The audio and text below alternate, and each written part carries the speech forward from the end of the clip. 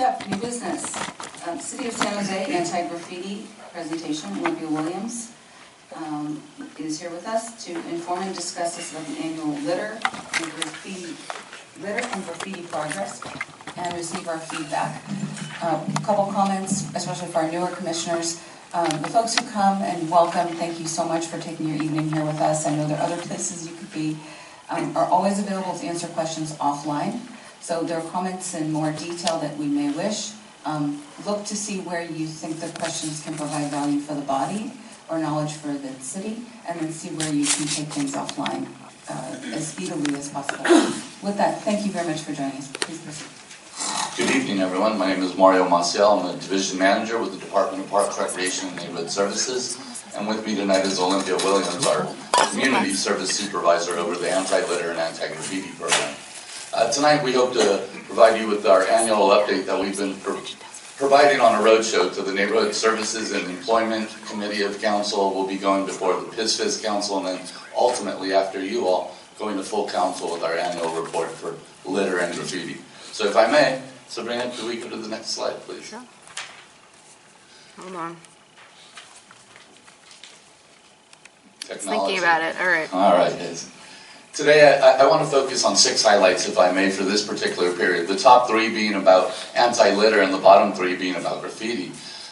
We're proud to say that in 2016, Mayor Liccardo introduced Beautify San Jose and put this initiative in it, really to try to leverage and challenge the community to be part of that beautification process. There's been some byproducts to that big launch by the mayor, and that is an actual increase in participation. It's actually working.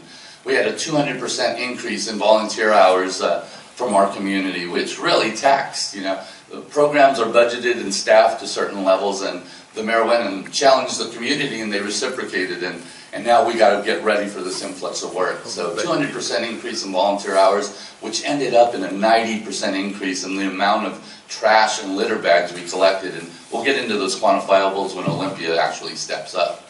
Another big highlight now in the graffiti world is that graffiti continued, at least gang graffiti, continued to increase throughout our city. We typically abate about 2.2 million square feet a year. That's the maximum budgeted amount we have. We use a vendor called Graffiti Protective Services, and at their cost of square footage, we have about enough budget to do about 2 million square feet. The highlight this year, though, y'all, is that for the first year after about 7 years of being in what we called a proactive mode, we are now entering the maintenance mode.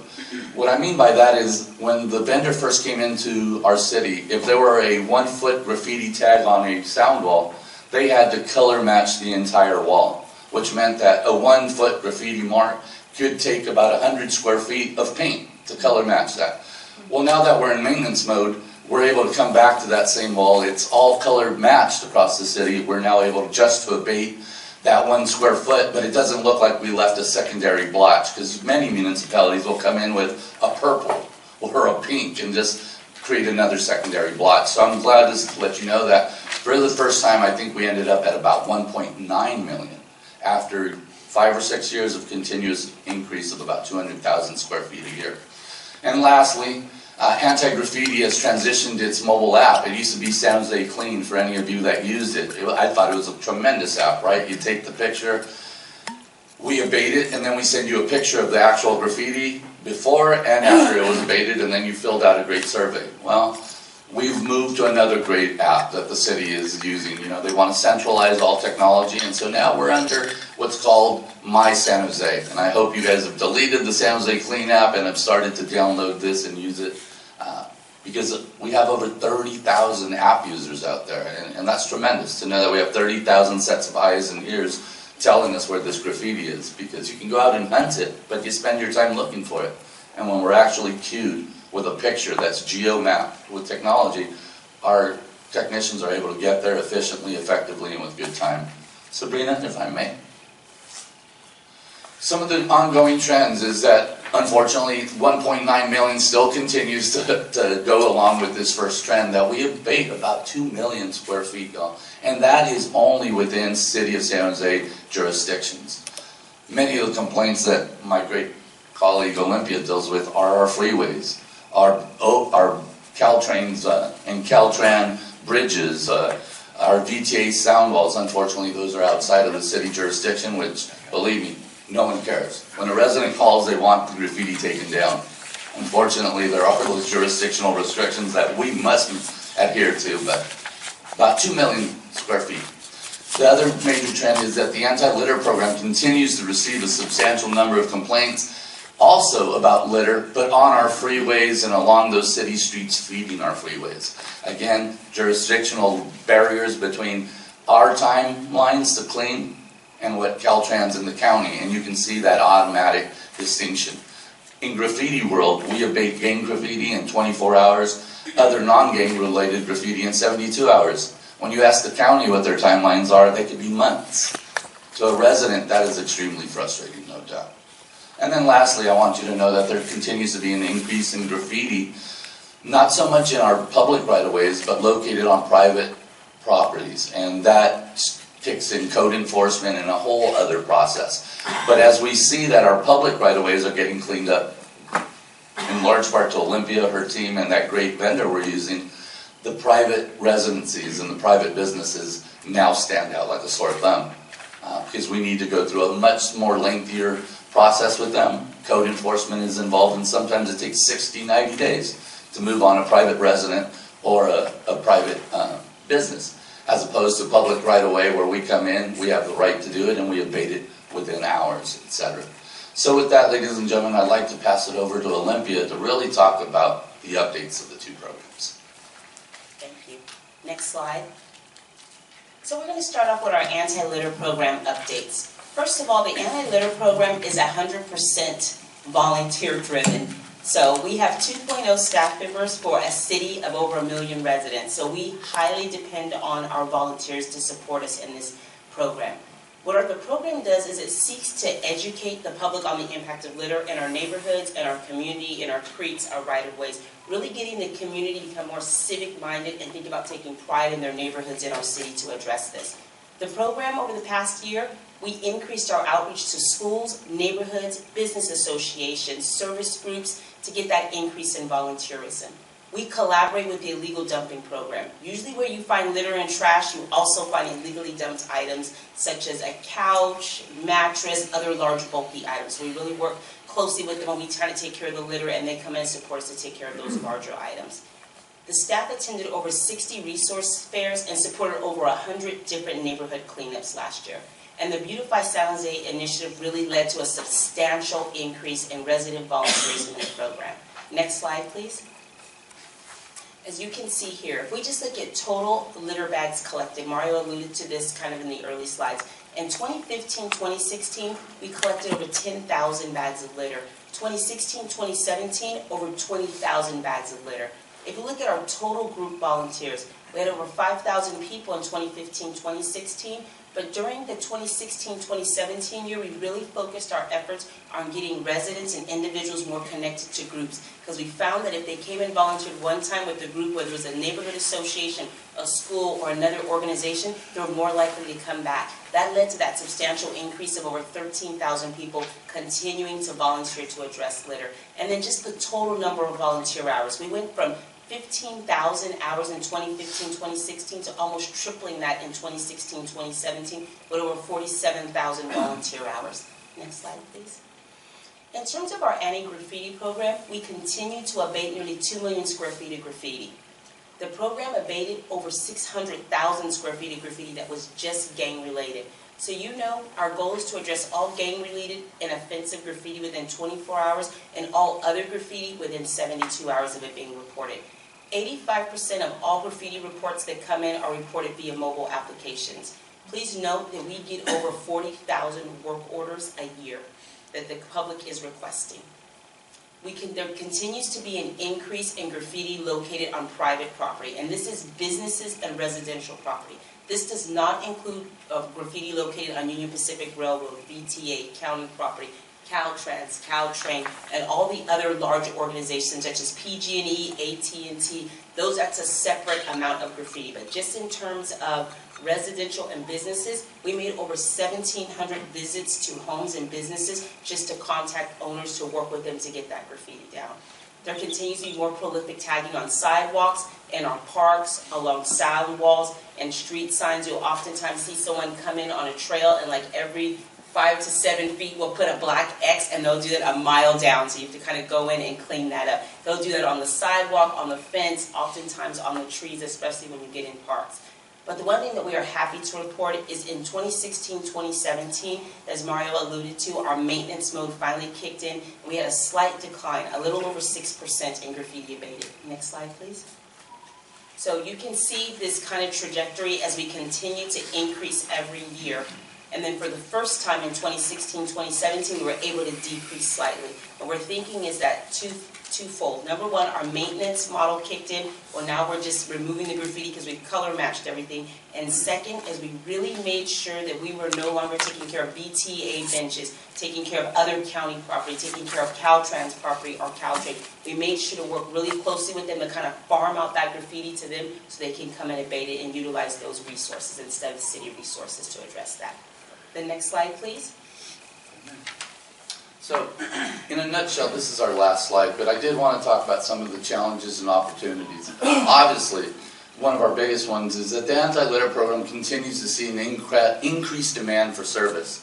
As Olympia alluded to, we're an educational awareness staff of 2 for a city of 177 square miles and over 1 million residents. So, this new increase of demand means that we need more volunteer groups. That's really how we abate. When we find out there's a litter hotspot, we look for a neighborhood association that would, in lieu of sweat equity, we give them the sticks, we give them the bags, we tell them what corner to drop all the bags off, and we come and swoop them up. Because that is the capacity of 2.0 staff. So it continues to be a major issue in a city that obviously has litter, as I just heard the gentleman talk about how it's impacting us. And homelessness has not made this issue any easier, by the way. Secondly, a big challenge is that our jurisdictional challenges. A resident of San Jose wants graffiti abated. They do not want to make a call to us and us just pass the buck and say, sorry, we can't do anything. I mean, that is the worst feeling.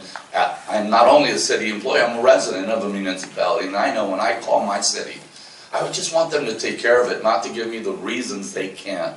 So we spend a lot of time working on our partnerships with Caltrans and BTA, but I think we're at that point where formal arrangements need to be made, where MOUs, it can't be relational anymore, because as soon as turnover happens and we make headway with a new supervisor in Caltrans, he or she gets promoted or switched out, and there we are back at ground zero. Union Pacific needs assembly and state level intervention. I tell you that we've sat with Union Pacific and they mock us. We cite them and they waive the citations and say, do you think that graffiti messes with the steel integrity of our train trestles? And if I paint your graffiti out, then I'll set precedents and have to clean up Oakland. And so Union Pacific says, sorry, and they walk away from us. So then you find us abating it without their permission, because if you saw those freeway overpasses before the Super Bowl, the last thing the mayor wanted was the Super Bowl to be here and our city to look like trash. And I was like, well, they're not letting us paint it, Mayor. And he's like, do taggers ask for permission? I'm not saying I went and painted it without permission, but it got to be. Moving on, y'all, is the last one. Is that both our programs, both anti-litter and anti-graffiti, are in an eradication-only model, which means I'm chasing my tail. Me and Olympia, I guess, have job security forever. Because we are not focusing at all on education. You know, the original graffiti program had a 3E approach: education, eradication, and enforcement. And we're not doing education because of budget cuts. We have just enough funding to do the eradication, and we're doing it well. 2 million square feet, all the bags of litter and so forth. But we're not enforcing. And these tagging crews and these litterers never see that there's accountability. And so when you hear Olympia talk about more prolific tags, even though there's not more square footage, you're seeing them staying there for days, color shading in their tags, because they know that there is zero enforcement. We haven't busted a tagger in forever. My only hopes is that as San Jose PD is starting to grow in numbers again, that Chief Garcia will see this as an important issue to reestablish the graffiti abatement unit that was disseminated in PD when they went to such low numbers. So those are our challenges. Increased demand with the same service staff, jurisdictional issues with the county and VTA and Caltrans and UP. And then lastly, that we continue only to eradicate the graffiti and to eradicate but not educate nor enforce, ladies and gentlemen. We're not happy about it, but as employees, that is what we're doing currently. With that, ladies and gentlemen, Olympia and I are here to take questions. Commissioner Carter, then Commissioner Semanek, and then Commissioner Cunningham. First of all, thank you for your presentation and thank you for the work that you're doing. I remember at one time you were passing out supplies to individual residents, like painting supplies, rollers, brushes, and things like that, so they could actually go out and paint their sidewalk over or paint, if it, got on their fence or something like that. Are you still doing that, still providing that service? Absolutely, sir. It's important that we partner. Although it is under our charter ordinances here, if you own in San Jose, you are responsible for the graffiti on your private. But it seems that if I'm a victim and I got tagged and then the city wants to fine me because I got tagged, I'm being double victimized. So yes, we provide rollers and paint. Heck, we will even do 3 courtesy abatements.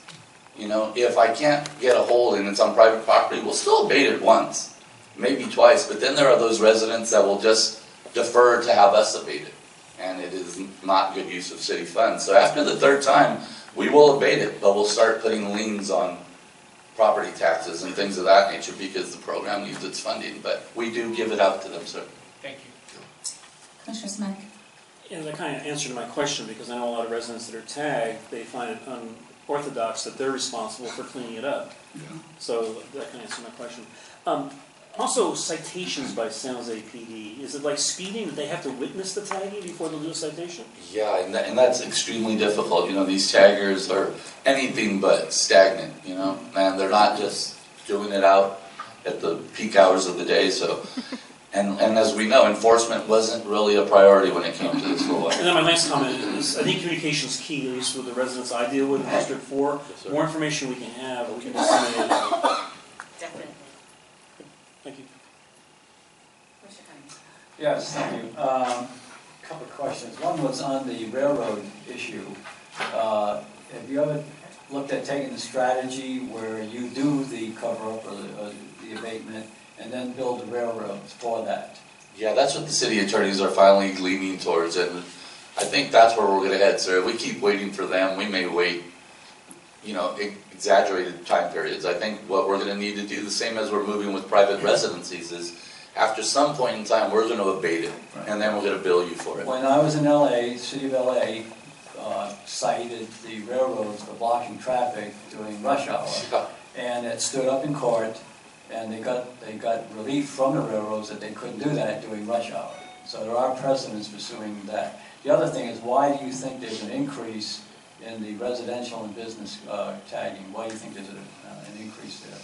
Well, we know that there's an increase in residential and business tagging because typically it takes businesses and resident owners longer to get it down, and when it stays up longer, it kind of just attracts additional graffiti. I might even think that the taggers know this. If I tag a public right away, it gets abated in days. If I tag your home fence, it could be up 3 to 6 months. And that's what they want, is it to stay up in that fame, unfortunately. Commissioner Colston. Yeah, a couple of questions on this jurisdictional stuff with trains. At some one point, the mayor was going to do something about display your geek, or Yeah. I don't remember what the thing was. They were going to make a machine to paint Tommy off of the overpass on there. Did that go anywhere? Yes. So what happened was that was a project supported by both Caltrans and the City of San Jose, the Unleash Your Geek.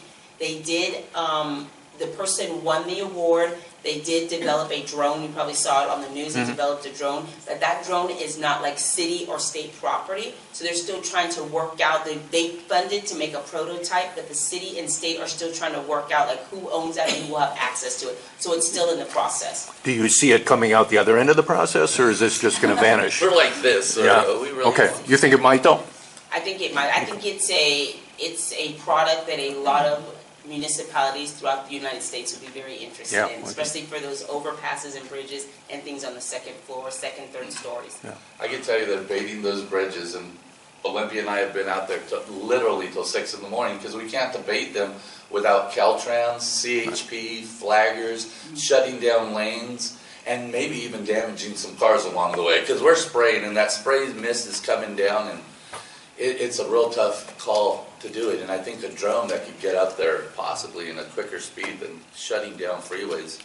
Because we've done it twice in the last couple of years, and I gotta tell you, it's like $30,000 every time we do it.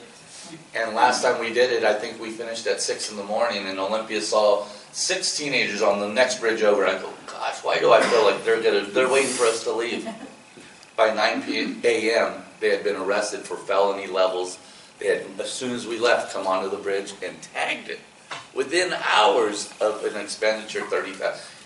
Unfortunately, now their families have been cited with felonies and have to pay restitution, for the acts of these minors. But it is what it is. One other related question, California High-Speed Rail is talking about coming to town, and whether it's in a tunnel or an elevated thing or whatever, do you have an opportunity as they're looking for approvals and things from us to get some controls of that implemented as part of the agreement? You talked about MOUs. Why not, okay, you're going to come into town, let's make sure that we understand the rules. So what I will tell you is that for, BART is opening in San Jose in June of this year, and what we do have is a maintenance and operations agreement. Already the city will be maintaining that, so that's something the city council will be approving in the next. But they'll pay? So they'll be funding for the graffiti abatement. Okay, great. Thank you. Commissioner Hinman, Commissioner Wynn, and then Commissioner Hernandez. First, thank you for your presentation. It was very well done. I live along the 237 corridor, and we have the sound wall, and I've been trying to find out who is in charge of that, because we have I would say it's somewhere between a quarter mile and a half a mile production of all kinds of stuff. But I called the police department when we first noticed that there was a brand new homeless encampment. This would be probably about the 1st of November. And the reason why I called the police is because there was somebody that we thought was asleep in the sleeping bag that may have died. And so the police came out there and they found out it was actually stuffed with a bunch of stolen items, and they removed that. But I'm not so sure that the encampment is gone at this point, but the graffiti is definitely not gone, and in fact it's changing almost every day. Sir, if you could, contact us with a little more specific. The difficulty with sound walls, as crazy as this may sound, Capitol Expressway has like 6 different owners. And so we're still in the process of geomapping that these 4 slabs are private. The next 4 are the county. The next 6 are the city. And stop painting the county ones because you're messing with their county painters, and skip those and go to the city. So even figuring out whose walls are whose. That's a problem because it is AT&T. Yes, sir. They own part of it. I know the Caltrans is part of it. And then the opposite side of that wall is another wall to the community that I live in. And it has also been tagged, but that is the responsibility of the community where I live. Yeah, but if you call the office and report it, we can help find out who owns it and help I put in have those the service app requests. for my San Jose, so I'll make a report tomorrow. I did make a report by phone in November, but the police department said, oh, you know about the new app, and Try us. We'll do the best we can. Either do it ourselves or push who should be doing it. And to clarify for all of us and the new commissioners, Sabrina will always be happy to make introductions. So when you probably don't know these folks' phone number off the top of your head. So Sabrina's always very graciously making the connections via email. So you can always count on that facilitation. Great. All of us and our new members. Commissioner Wynn, and then Commissioner Hernandez, Commissioner Navarro. I just had a few quick questions. So the first is, so you defined like 30% of graffiti as gang-related graffiti. What do you define the other graffiti as? It's just your basic tagging crews.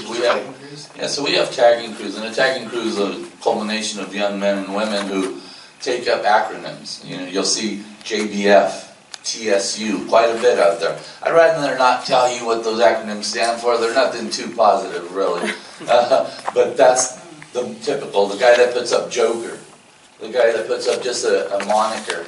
But when we start seeing XIV or F this or gang slogans or the actual gang set, then we know it's gang related. The reason we abate that so quickly is we believe we're saving lives. When the opposition sees FU gang and they don't wake up till 12, but we abated it at 10 a.m., they never saw it.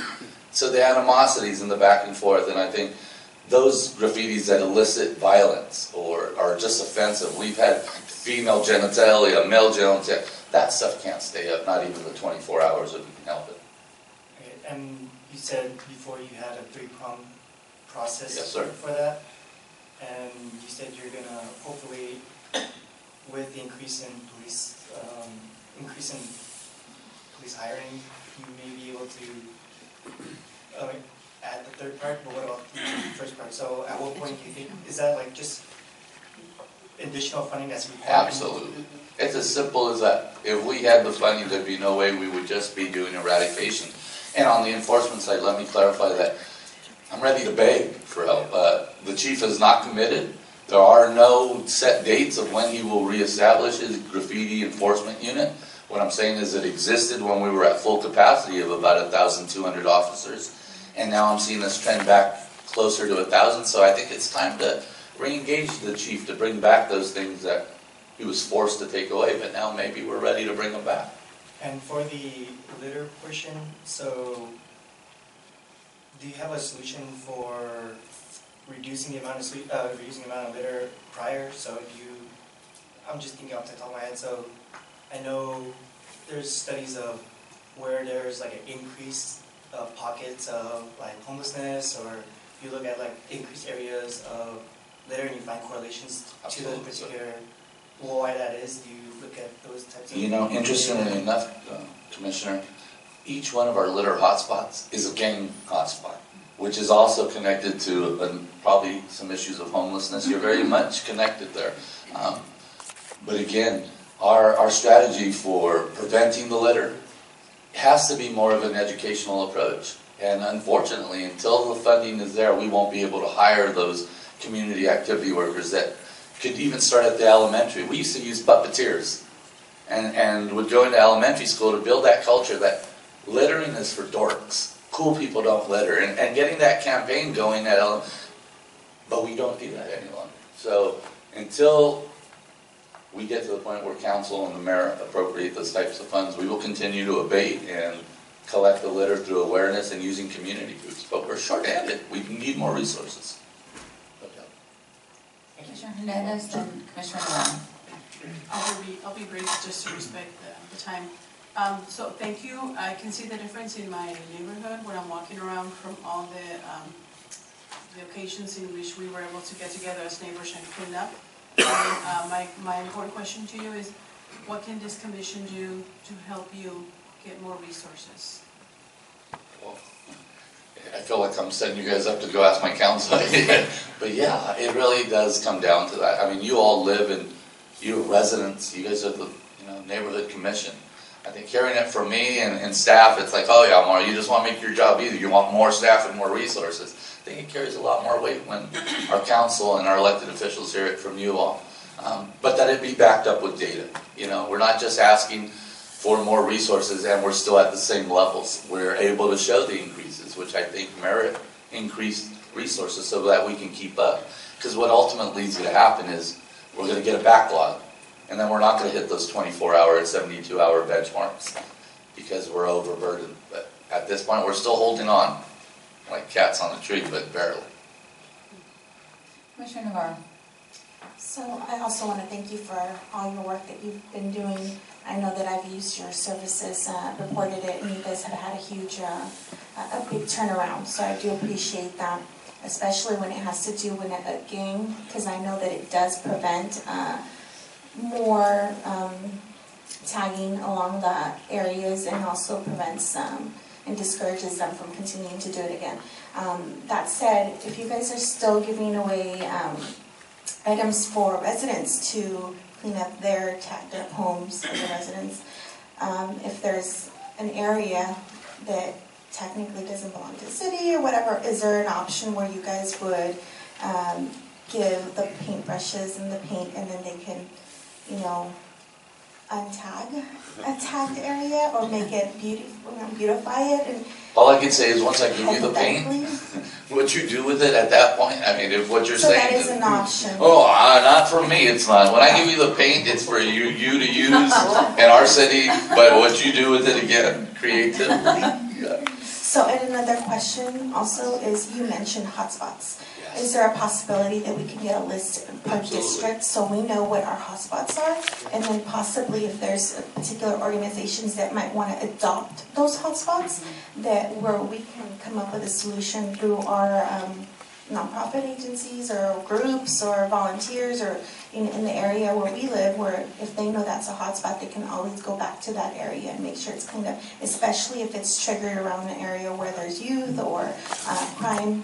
Obviously safer area for certain people, but if we can get that list, then we can go ahead and work with you guys that way. I agree, and as a commissioner had stated, the more, maybe we can bring you guys a packet of those hot spots, give you the address and phone, where do you pick up that free paint and roller? I mean, I'm assuming you all know where we're at, as if, you know, I'm not sure everyone knows that we're at the old beach net plant and that we're in building G. It's so difficult to even find us there, so if there's information we can give you guys, we'll bring it, whether we're on the agenda next month or not, and maybe send it to you all through Sabrina.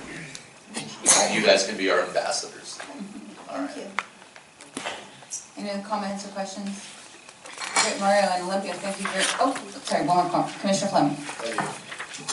I love your attitude. I love your program. We use it extensively. Center Monterey Neighborhood Association. Oh, yeah. Oh, man. Yeah. Oh, yeah. So we try. We get our community out there, a lot of people out there to go and help pick up bags and take care of litter and trash and feces and everything else you can imagine.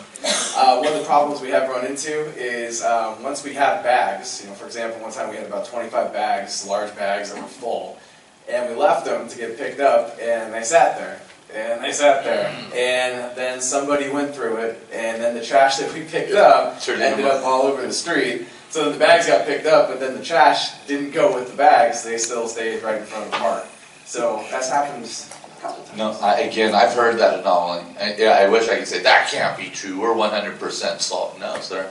That is a problem with two staff, and sometimes a miscommunication of what block were these bags left on. But that's not the first time I hear it, but I'm happy to say it is far and few between, but you are one of those examples then. Yeah. You got me. Well, you got me. I got you, but the sticks, the bags, the gloves, the syringe containers, the paint, the solvents, the rubber gloves so that you don't get the solvent into your skin. I mean, you guys do everything. We really appreciate that and appreciate the Mayor's Beautify SJ program. It's doing wonders for us. Thank you. Any other questions or comments? Great, Mario, Olympia, thank you very much. Thank you all.